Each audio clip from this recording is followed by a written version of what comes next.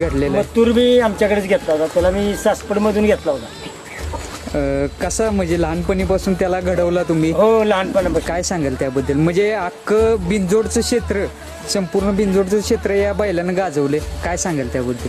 कसं आहे, आम्ही लहानपणापासून त्याला ट्रेनिंग दिलेलं. बर. चालवाय नेत होतो मुळात 1-2 किलोमीटर रोज, सकाळी संध्याकाळी. एक टाइम तर 100% नेतच होतो आम्ही. सकाळच्या पारी आलं की व्यायाम त्याला शिकवायचो.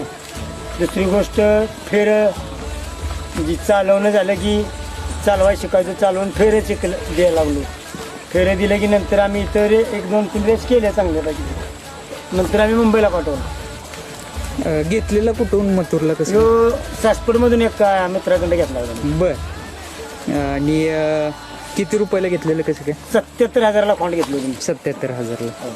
काय म्हणजे काय वैशिष्ट्य बघून घेतलेलं खोंड, की बाबा त्यापूर्वीची म्हणजे त्या दावणीला कुठली चांगली बैल झाली? ह्या वासराची जात आहे का नाही आता, बर. शेम असा मथुर होता, बर.